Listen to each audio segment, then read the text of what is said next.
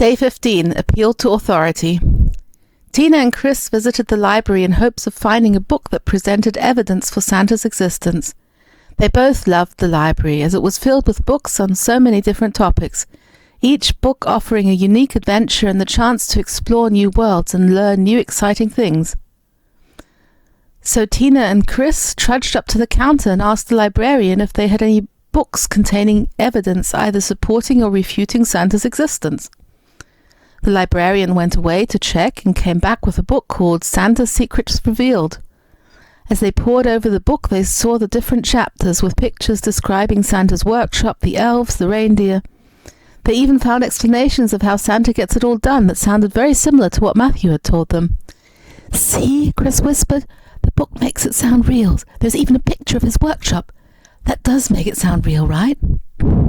Tina raised an eyebrow. "But is one book enough to prove Santa's existence? How do we know that the person knows what they're talking about? How do we know that it's not a book of fiction that is just written as if it were true? How do we know that this is reliable and that the author is an authority on the subject? Just because someone writes something down does not make it true."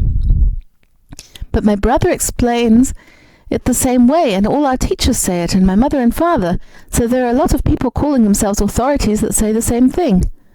"I don't know, Chris," Tina stated.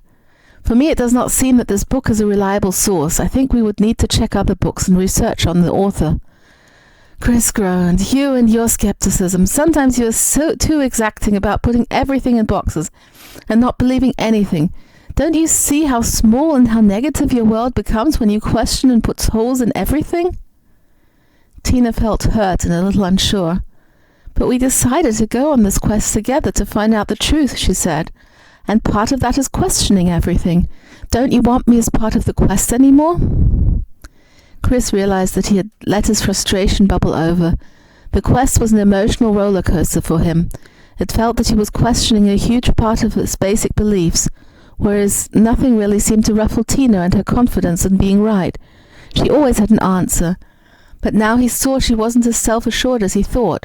She was scared of the rejection that came across in his outburst. "Of course I want you as part of the quest. I'm sorry I said that. I guess it is a scary quest for me, since I am the one constantly thinking I can prove my belief, only to realize that what appears to be proof at first glance, upon closer examination in the light of day, turns out not to be." Tina's eyes went soft and she smiled. "I guess it's always easier to identify the flaws in a statement than to construct a story or an argument. Sorry if I sometimes come across as picky and negative. And I do love the Christmas spirit, and I guess it is easier for me. If we prove Santa is real, I will have added a new dimension of magical wonder to my life. If not, then I can continue enjoying Christmas. But Chris, I don't think that everything will fall apart for you if we found out Santa is not real. Believe me, Christmas is great fun even without Santa." Chris was not quite sure, but he hoped so. She looked outside and saw it was snowing. "Come on, let's build a snowman," she called while racing out. A statement is not true simply because it is written instead of being said. It is important to check the credibility of the source and, if possible, to find more than one independent source to verify. It's easier to poke holes into arguments and logic than to build up a story and come up with an argument, which does not mean poking holes is wrong, just not to feel superior because one can.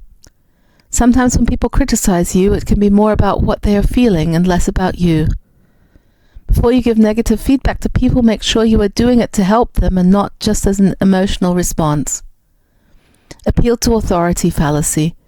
This fallacy occurs when someone claims that a statement is true simply because it is written in a book or is asserted by an authority figure without considering the merit of the argument or the credibility of the source.